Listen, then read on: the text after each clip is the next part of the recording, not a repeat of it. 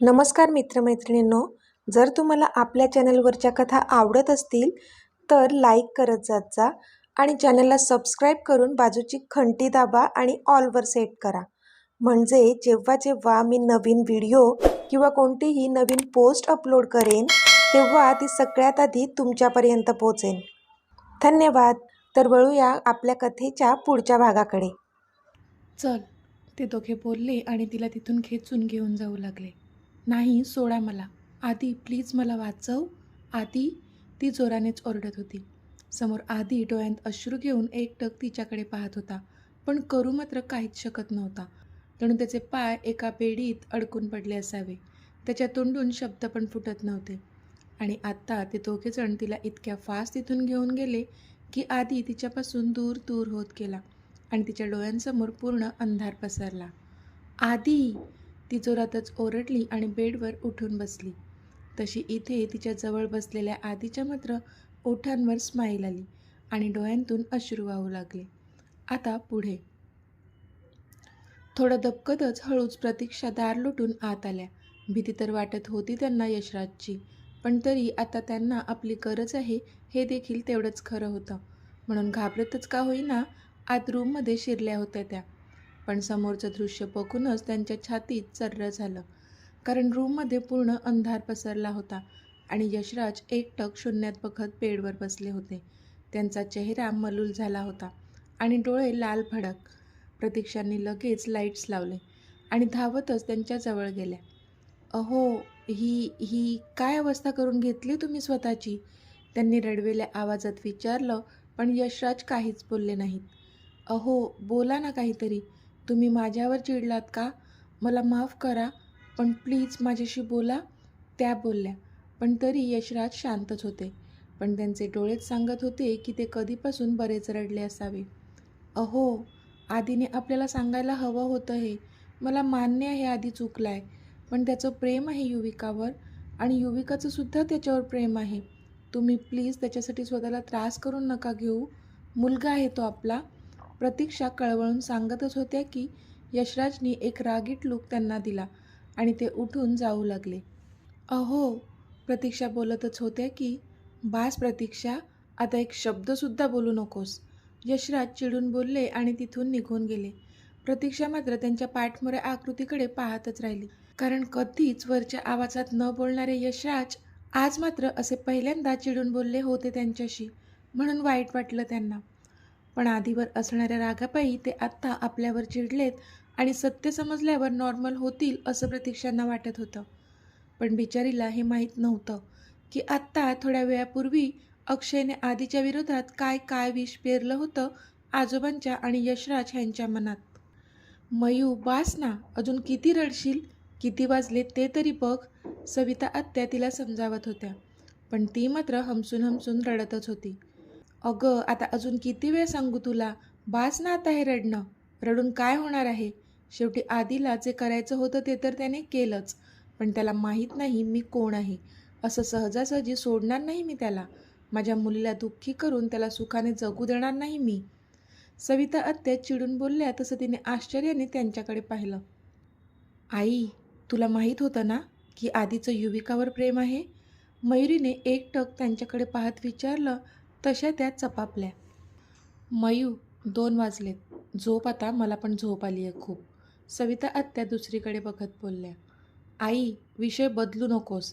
माझ्या प्रश्नाचं उत्तर दे. तुला आधीच माहीत होतं ना की आधीचं युविकावर प्रेम आहे? मयुरीने पुन्हा विचारलं, पण सविता आत्या गप्पच होत्या. आई, सांग ना. मयुरी आता जवळजवळ ओरडलीच त्यांच्या अंगावर. तशा सविताताई घाबरल्यास तिचा हा अवतार बघून. हो, सविता आत्या मान खाली घालून बोलल्या. तशी मयुरी खाली बसून पडली.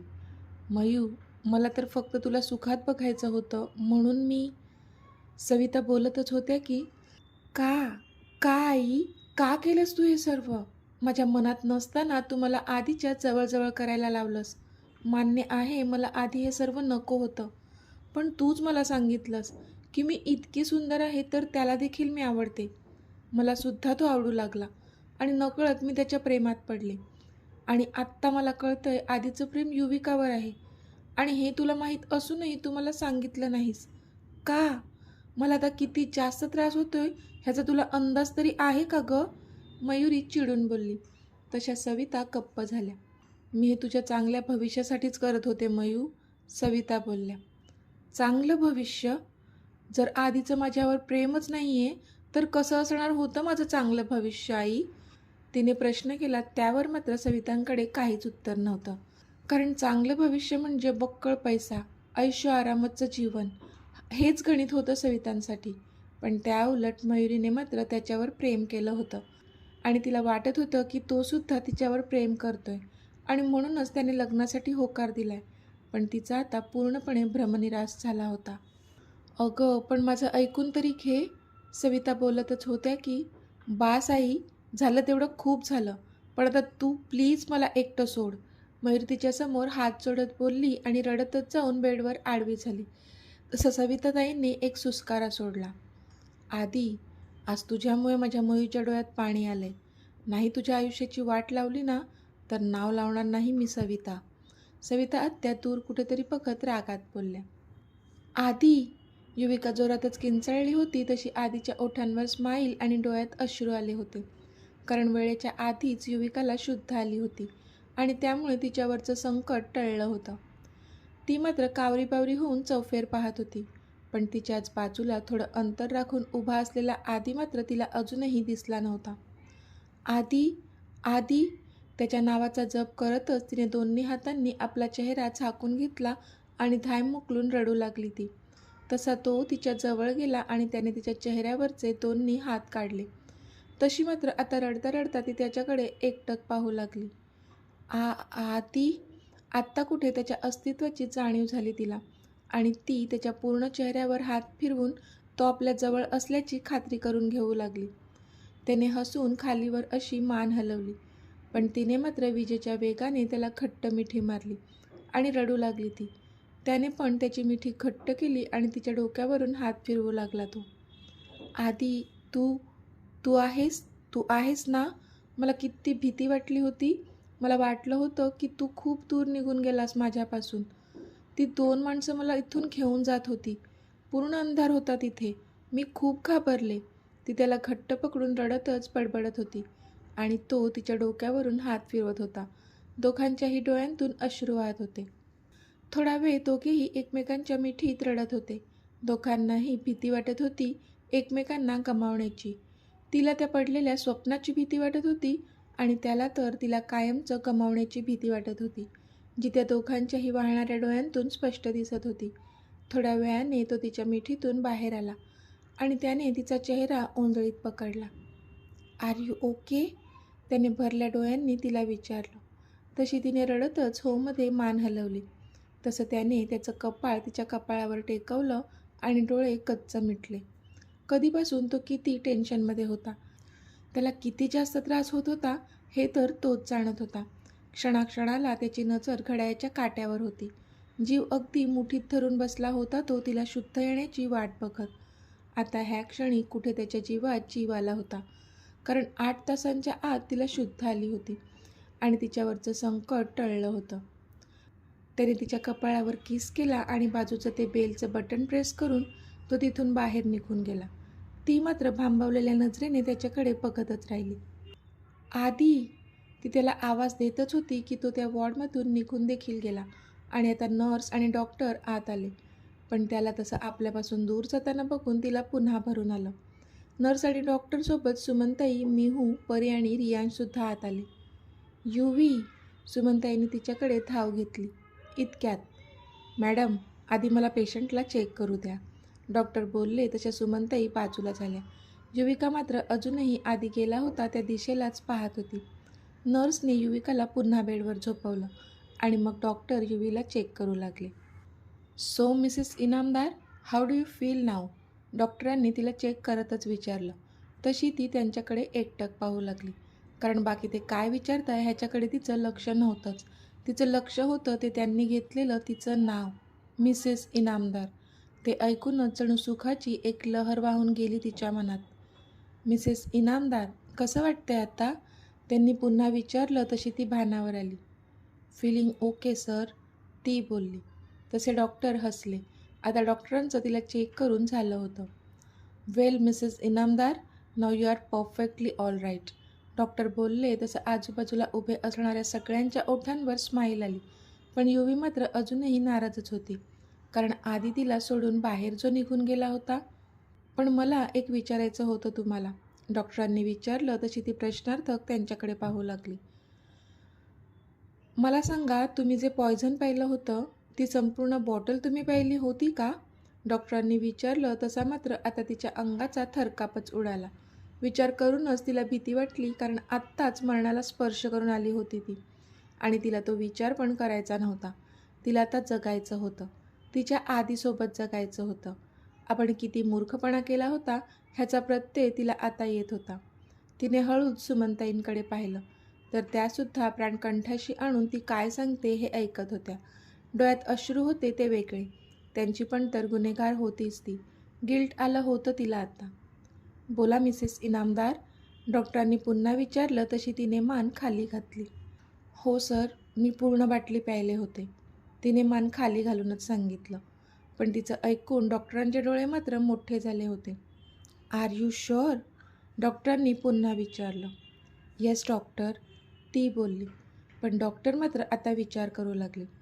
Okay, you take rest now, doctor बोलले आणि बाहेर निघून गेले खरे, पण त्यांना मात्र कळत नव्हतं की जर युविकाने ती संपूर्ण बाटली विष प्यायली असेल तर मग ती एकदम ठणठणीत बरी कशी असू शकते. त्यांनी तिला चेक केलं होतं आणि ती एकदम बरी होती. शिवाय तिला 8 तासांच्या आत शुद्ध पण आली होती. डॉक्टर विचार करतच त्यांच्या केबिनमध्ये आत आले आणि त्यांनी नर्सकडून आधीला आत बोलवायला सांगितलं. युवी, सुमनताईंनी रडतच तिला मिठी मारली तशी युविका पण त्यांच्या मिठीत रडू लागली. ताई, मिहूने पण तिच्याकडे धाव घेतली. परी मात्र लांब उभी राहून अश्रू ढाळत होती. थोड्या वेळापूर्वी आधीची अवस्था तिने पाहिली होती आणि आत्ता त्या तिघींना तसं रडताना पाहून युविकाला समजून चुकलेलं आपण घेतलेला निर्णय किती चुकीचा होता. आपल्या अशा वागण्यामुळे सगळ्यांना किती जास्त त्रास झाला होता. आपण तर इथून निघून गेलो असतो, पण आपल्या जाण्यामुळे आपल्या माणसांना किती यातना झाल्या असत्या ह्याचा प्रत्यय तिला आत्ता येत होता आणि त्यामुळे तिला खूप जास्त दुःख होत होतं. मी चुकले, खूप चुकले, आय एम सॉरी. ती आता हात जोडून त्या सर्वांची माफी मागत होती. पण सुमनताईंनी मात्र तिला पुन्हा आपल्या छातीशी कवटाळलं. बास, नको रडूस, तू सॉरीसुद्धा नको म्हणूस. खरं तर मी गुन्हेगार आहे तुम्हा दोघांची. सॉरी मी म्हणायला हवं. मी तुझी आई असूनही समजूच शकले नाही तुला, तुमच्या प्रेमाला. मला माफ कर युवी. सुमनताई रडून बोलल्या तशी युविका मात्र त्यांच्याकडे आश्चर्याने पाहू लागली. तिला विश्वास बसत नव्हता की तिची आई हे बोलत आहे. तिने एकदा मिहूकडे तर एकदा परीकडे पाहिलं, तर त्यांनी दोघींनीसुद्धा हसून होमध्ये मान हलवली. तुझा निर्णय योग्य होता युवी. आदित्यच तुझ्यासाठी योग्य आहे. त्याच्याशिवाय जास्त प्रेम तुझ्यावर दुसरं कोणीच नाही करू शकणार. माझंच चुकलं, पण आता मी तुला नाही अडवणार. तुला हवं ते कर युवी, हवं तसं जग तुझं आयुष्य. मी खरंच नाही अडवणार. फक्त पुन्हा हे असं चुकीचं काही करू नकोस ग. तुला काय झालं असतं तर आम्ही दोघींनी काय केलं असतं? सुमनताई रडून बोलल्या तशी युवीने त्यांना मिठी मारली आणि पुन्हा रडू लागली ती. आय एम सॉरी आई, ती रडून बोलली तसं सुमनताईंनी तिला पुन्हा छातीशी कवटाळलं. थोडा वेळ मायले की एकमेकींच्या मिठीत रडत होत्या. आता बरं वाटतंय ना युविका? थोड्या वेळाने रियांशने विचारलं तशी तिने होमध्ये मान हलवली. पण बाजूला उभी असलेली परी पटकन तिच्याजवळ गेली. जीव काढला होतास तू आमचा, स्टुपिड. प्रॉमिस मी असा वेडेपणा पुन्हा कधीच करणार नाहीस, परी हुंदके देत बोलली तसं युवीलाच वाईट वाटलं. आय एम सॉरी, युवी बोलली. बाद झालं तुझं सॉरी पुरण आता, परी बोलली आणि तिने युवीला मिठी मारली. तशी युवी पण तिच्या मिठीत रडू लागली. थोडा वेळ असाच गेला. आता पेशंटला आराम करू द्या. नर्स आत आली होती आणि तिने सगळ्यांना बाहेर जायला सांगितलं. तसे आता सगळेजण बाहेर निघून गेले होते. फक्त परी तेवढी तिच्या जवळ होती. पण युविकाची नजर आता भिरभिरू लागली होती. आधीला शोधू लागली होती, पण तो होता की तिच्या नजरेस पडत नव्हता. कसा पडणार होता? तो तर निघून गेला होता. परी, आधी कुठे आहे? युवीने विचारलं. तो तर आतच होता ना, भेटला ना तुला? परीने विचारलं. हो, पण लगेच निघून गेला, माझ्याशी बोलला नाही. युविका चेहरा बारीक करत बोलली. ठीक आहे, मी बघते, तू आराम कर, ओके? परी बोलली आणि बाहेर गेली. इथे आदी आता डॉक्टरांच्या केबिनमध्ये होता. येस डॉक्टर, तुम्ही बोलावलंत? आदीने विचारलं. मिस्टर इनामदार, जसं मी आधी सांगितलं होतं की पेशंटला शुद्ध आल्यानंतर काही गोष्टी क्लिअर होतील, त्याबद्दलच बोलायचं होतं, डॉक्टर बोलले. तसा आदी काळजीने त्यांच्याकडे पाहू लागला. मी तुमच्या वाईफला चेक केलं आहे, तर त्या पूर्णपणे बरे आहेत. त्यांचे रिपोर्ट्स नॉर्मल आहेत. त्यांना शुद्धसुद्धा डेडलाईनच्या आधीच आली आहे. पण तुमच्या वाईफच्या सांगण्यानुसार त्यांनी ती विषाची पूर्ण बाटली प्यायली आहे. त्यामुळे प्रश्न हा आहे की जर त्यांनी पूर्ण विष प्यायलं असेल तर आत्ता त्या एवढ्या ठणठणीत कशा आहेत, डॉक्टर बोलले. मला समजलं नाही डॉक्टर, तुम्हाला म्हणायचं काय आहे? युविका ठीक तर आहे ना, आदीने विचारलं. त्यांची प्रकृती अगदी उत्तम आहे मिस्टर इनामदार, म्हणून मला हा प्रश्न पडला आहे की त्यांच्यावर त्या विषाचा प्रभाव का पडला नसेल, डॉक्टर बोलले. तसा आदी पण विचार करू लागला. पण आता काळजी करण्यासारखं काही आहे का, आदीने काळजीने विचारलं. सध्या तरी त्यांची प्रकृती उत्तम आहे, पण सेफर साईडसाठी मी त्यांना अंडर ऑब्झर्वेशन ठेवत आहे, if you don't mind, doctor बोलले. या ऑफकोर्स डॉक्टर, जसं तुम्हाला योग्य वाटते तसं करा. वाटल्यास ती पूर्णपणे बरी होईपर्यंत तिला इथेच ठेवा, आदी बोलला. त्याची गरज नाही पडणार. लवकरच आम्ही त्यांना डिस्चार्ज देऊ, डॉक्टर बोलले. ओके, थँक्यू डॉक्टर, आदी बोलला आणि उठला. पण आत्ता त्याला युविकाशी बोलायचं होतं. नक्की त्या विषयाचं काय मॅटर आहे ते जाणून घ्यायचं होतं त्याला. पण कधीपासून तो बाहेरच बसला होता.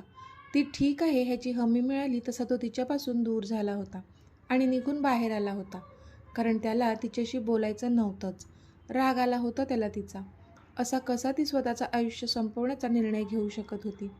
तिच्या माघारी त्याची काय अवस्था होईल ह्याची अजिबात काळजी नव्हती का तिला? रागच आलेला त्याला. म्हणून तर तिच्याशी एकही शब्द न बोलता निघून आला होता तो बाहेर. पण आत्ता मात्र त्याला तिच्याजवळ जावंच लागणार होतं. कारण डॉक्टरांनी जे सांगितलं होतं त्यामुळे त्याची शहानिशा तर करावीच लागणार होती. आणि ते तर तिला विचारूनच होणार होतं. इथे कधीपासून त्याची वाट बघत बसलेली युविका बराच वेळ झाला तरी तो आलाच नव्हता म्हणून नाराज झाली होती. तरी तिचे डोळे मात्र दाराकडेच होते. पण हळूहळू तिचे डोळे झाकोळले गेले आणि तिला झोप लागली. कदाचित मेडिसिन्सचा इफेक्ट असावा, ज्यामुळे तिला झोप लागली असावी. आदीने घड्याळात पाहिलं तर आता 3 वाजले होते. आत्ता ह्यावेळी तिला डिस्टर्ब करायचं नव्हतं त्याला. पण तरीही तो तिच्या रूममध्ये गेला. त्याने पाहिलं तर ती शांत झोपली होती. त्याने एकदा नर्सकडे पाहिलं. ती नर्स आधीचीच होती, त्यामुळे तिला कळलं त्याला काय म्हणायचं आहे आणि ती तिथून निघून बाहेर गेली. आता तिथे फक्त तो होता आणि समोरच्या बेडवर शांत झोपलेली ती. तो तिच्याजवळ गेला आणि बाजूच्या खुर्चीवर बसला. त्याने तिचा हात हातात घेतला आणि त्यावर त्याचे ओठ टेकवले. ती मात्र झोपलेलीच होती. त्याने तिथेच बेडवर डोकं ठेवलं आणि ती उठण्याची वाट पाहू लागला तो. तर मित्रमैत्रिणींनो, आजचा भाग तुम्हाला कसा वाटला ते मला कमेंटमध्ये सांगा. आणि जर आवडला असेल तर व्हिडिओला लाईक करा, शेअर करा आणि चॅनलला सबस्क्राईब करून बाजूची घंटी नक्की दाबा. चला तर भेटूया आपल्या पुढच्या भागात. तोपर्यंत धन्यवाद.